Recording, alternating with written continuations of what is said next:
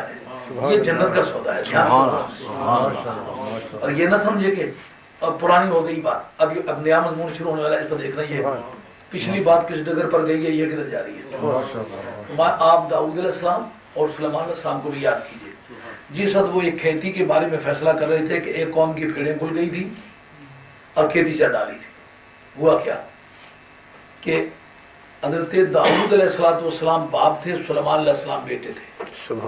داؤد علیہ السلام کل روئے زمین کے بادشاہ تھے اور بنی اسرائیل کے نبی بھی تھے اور بادشاہ بھی تھے. ان کی بادشاہی کا دائرہ زیادہ وسیع تھا, نبوت کا دائرہ جو تھا وہ بنی اسرائیل تک تھا. اور اس وقت سلیمان علیہ السلام کی عمر 11 برس تھی. یہ عمر کا لفظ خاص طور پر آپ نے یاد رکھنا ہے, کیونکہ آگے ایک مبحث آ رہا ہے جس پر کہ جس کا نقصان وہ اس کو دے دی جائے گی. تو انجوریس پارٹی جس نے ضرور پہنچایا ہے وہ اس چیز کو بحال کرنے کے لیے وقت خرچ کرے گی. جب وہ بحال کر دے گی اسے, اس وقت یہ آدمی اس کا بیل یا گائے یا اونٹ جو بھی کوئی ہے واپس کر دے گا. اس عرصے میں جو وہ استفادہ کرے گا یہ اس کا کمپنسیشن بن جائے گی کہ جتنا وقفہ وہ اپنے چیز کو استفادے میں لانے سے محروم رہا ہے. مثال کے طور پر کھیت اس کا اجاڑا ہے لیکن اس کے بیلوں نے اجاڑا ہے. امام شافعی فرماتے ہیں یہ لے کے بیل جوتے کام چلائے, وہ اس کا کھیت برابر کرے. تو جو اس کا نقصان ہو نا, کھیت اس وقت تیار تھا تو ملنے کا, اس کے بدلے میں یہ بیل جوت لے گا. اور آئندہ جو اس کو کھیت تیار حالت میں مل جائے گا تو یہ اور وہ دونوں مل کر کے اس کا مکمل معاوضہ بن جائے گا. تو بیلوں والے کا پھر اس کے بعد قصور ہی کوئی نہیں رہتا, اس لیے بیل والے کو بیل واپس ملنا چاہیے. یہ امام شافعی رحمۃ اللہ کا فتویٰ ہے.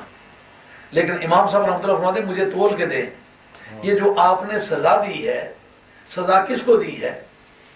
لا یاقل کو دی ہے. لا یاقل مستوجب سزا نہیں ہے, آپ قانون شرع میں اسے تول کے دیں. اس پر گفتگو ہے کہ یہ جو انہوں نے فیصلہ داؤد علیہ السلام نے کیا تھا یہ وحی الہی کے مطابق کیا تھا یا اجتہاد سے کیا تھا, اور حضرت سلیمان علیہ السلام نے یہ جو فیصلہ فرمایا تھا وحی الہی کے مطابق کیا تھا یا اجتہاد سے کیا. ایک طبقہ ہے وہ کہتا ہے جناب انہوں نے وحی الہی کے مطابق کیا تھا. کہ وحی الہی کے مطابق کیا تو پھر غلط کیوں نکل آیا؟ نے کہا غلط نہیں نکلا, منسوخ ہو گیا ہے.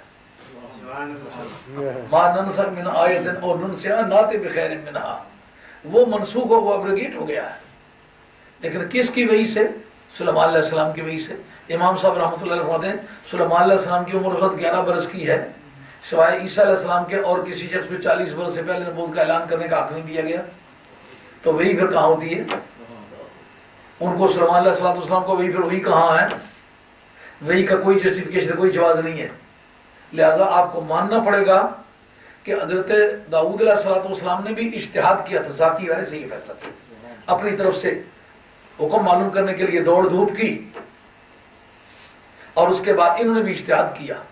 اس جگہ وہ بحث ہے کہ مجتہد کبھی غلطی کھاتا ہے کبھی باثواب ہوتا ہے.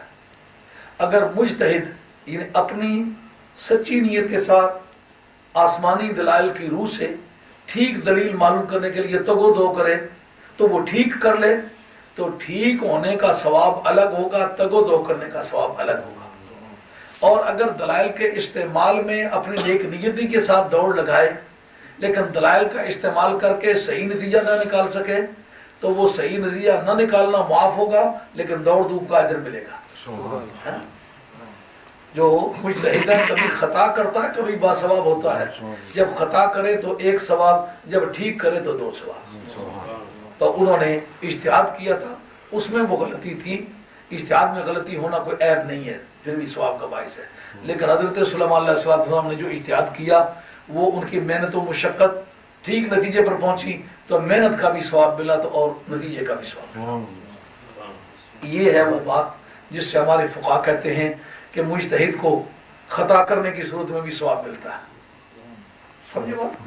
کہا کرتے ہیں یہ بات یہ خطا اجتہادی ہے.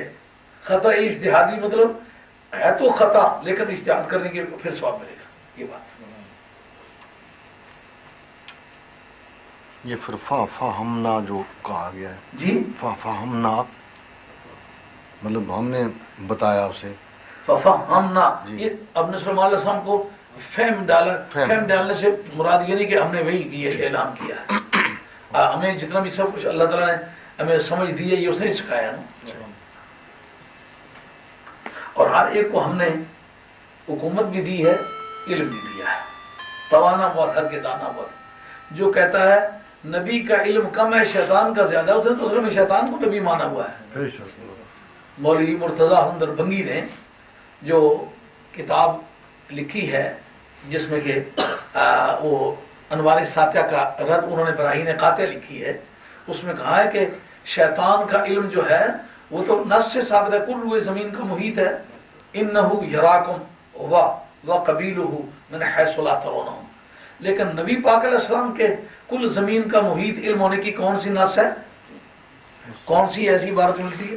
اندازہ کریں، شیطان کے علم کا ثبوت انہیں مل گیا اور نبی کے علم کا ثبوت نہ ملا۔ اس میں تو کہا نا انہو یراکم ہوا وقبیلہ، تمہیں وہ دیکھتا ہے، اس کا مطلب اس کے علم کا دائرہ تم ہو، تم سے جس پر تم کا لفظ تم نہیں استعمال کرتے ہو نا اس پر یہ نہیں آئے گا، لیکن وَعَلَّمَكَ مَا لَمْ تَكُنْ تَعْلَمْ، اس میں تو جس چیز کو تم نہیں جانتے تو سب کچھ سکھا دیا، اس میں تو ذات بالی بھی بار نہیں ہے۔ اے عَلَّمَكَ مَا كَانَ وَمَا يَكُونُ، یہ تفسیر الرحمانی نے بھی لکھا اور طبری نے بھی لکھا ہے، اے علم ما كَانَ وَمَا سَيَكُونُ، جو کچھ پہلے ہو چکا ہے اس سب کا بھی علم دیا، جو آئندہ ہوگا اس سب کا بھی علم دیا ہے۔ اب شیطان کے علم کی تمہیں نص اچھی طرح مل گئی ہے، لیکن شیطان کے علم پر آگے مزید رولنگ کوئی نہیں ہے۔ یہاں کا وَكَانَ فَضْلُ اللَّهِ عَلَيْكَ عَظِيمًا، اے میرے محبوب تجھ پر اللہ کا بڑا فضل ہے، یعنی تمہارے علم پر یہ ڈسٹنکشن ہے کہ کل کائنات کا علم رکھتے ہو لیکن اس کے سوا بھی پروردگار کے بڑے فیضانات ہیں۔ تو آپ نے دیکھا نبوت علم اور حکومت لازم و لزوم ہے، جدھر جدھر نبوت جاتی ہے ساتھ ساتھ حکومت بھی جاتی ہے، اور حکومت علم کے شیڈو میں جاتی ہے، علم جو ہے اوپر سایہ کیے وہ ہوتا ہے۔ یہی وجہ ہے کہ ہر دوسرے کی حکومت قابل اعتراض ہے، نبی کی حکومت قابل اعتراض ہے۔ اور پھر دوسرے انبیاء علیہ السلام کے اندر اجتہاد کی یہ سوچ ہے کہ خطا اجتہادی کرتے، سرکار اس سے بھی پاک ہے، کیوں؟ وما ينطق عن الهوى ان هو الا وحی یوحی، میرا محبوب جب بھی کبھی بات کرے نا زبان ہلاتا ہی اس وقت ہے جب میں کہوں، میں نہیں بولتا اس وقت بولتا ہوں جب یہ بولے، یہ کب بولتا جب میں بولوں۔ تیرے سامنے یوں میں دبے لچے فصحا عرب کے بڑے بڑے، کوئی جانے منہ میں زبان نہیں بلکہ جسم میں جان نہیں۔ اور ہم نے داؤد علیہ السلام کے ساتھ پہاڑوں کو تابع کر دیا اور پرندوں کو بھی ان کے ساتھ تسبیح کر رہے۔ اس پر جو تفسیر اشاری ہے نا، تفسیر اشاری کا لفظ اس تفسیر پر استعمال ہوتا ہے جو قرآن مجید کی ان آیتوں کی انٹرپریٹیشن کے لیے، ترجمانی کے لیے استعمال ہوتی ہیں جن کے اندر صوفیت کا بیان ہے، جس نے علم الاحکام، یہ ایک تفسیر ہے، کس کے لیے استعمال ہوتا ہے؟ قرآن مجید کے قانون کے پہلو سے تعلق رکھنے والی جتنی آیتیں ہیں ان سے متعلق جو تفسیر ہے اس کا نام ہے علم الاحکام۔ اس لیے تفسیر اشاری اس تفسیر کو کہتے ہیں جو تصوف کی آیتوں سے بحث کرتی ہے، وہ تفسیریں ہی الگ ہیں۔ اس کے بارے میں ابو القاسم قشیری رحمۃ اللہ علیہ، جن کا رسالہ قشیریہ سرکار بغداد نے اپنی طریقت کے لیے، صوفیت کے لیے استعمال کیا، رسالہ قشیریہ۔ رسالہ قشیریہ اس کتاب کا نام ہے کہ حضرت غوث الثقلین نے اپنی درویشی اور پیری فقیری کے لیے اس کو استعمال کیا، اس کا نام ہے رسالہ قشیریہ، میرے کتب خانے میں موجود ہے۔ انہوں نے لکھی ہے تفسیر اشاری، اس کے بعد سہل بن عبداللہ تستری نے لکھی ہے، اللہ کا شکر ہے یہ دونوں کتاب میرے کتب خانے میں موجود ہے، ان کا نام ہے تفسیر اشاری۔ تفسیر اشاری اس پر لکھتی ہے کہ یہ پہاڑ تو تسبیح تو ویسے بھی کہتے ہیں، داؤد علیہ السلام کی کیا خصوصیت ہے؟ کہا ویسے کل روئے زمین کہتی اور کسی کو سنائی نہیں دیتی نا، یہ پہاڑ جو حضرت داؤد علیہ السلام کے ساتھ ذکر کرتے تھے اس سے رابطہ شیخ مراد ہے کہ اب وہ ذکر نہیں جو روزانہ کرتے ہیں، اب ایسا ذکر ہے کہ دھم دھناٹ سے رقص طاری ہوتا ہے، کیفیات بدلتی ہے، فضا میں سے پرندہ بھی گزرے تو پرندہ بھی ذکر الہی میں وجد میں آتا ہے۔ اس سے بعض اہل علم نے کہا کہ جس وقت وہ ذکر الہی کرتے تھے تو پہاڑ گونجتے تھے، ایکو کا نام ہے صدائے باز گشت کا، لیکن محققین کہتے ہیں اگر ایکو مراد ہے صدائے باز گشت، جیسا آپ کسی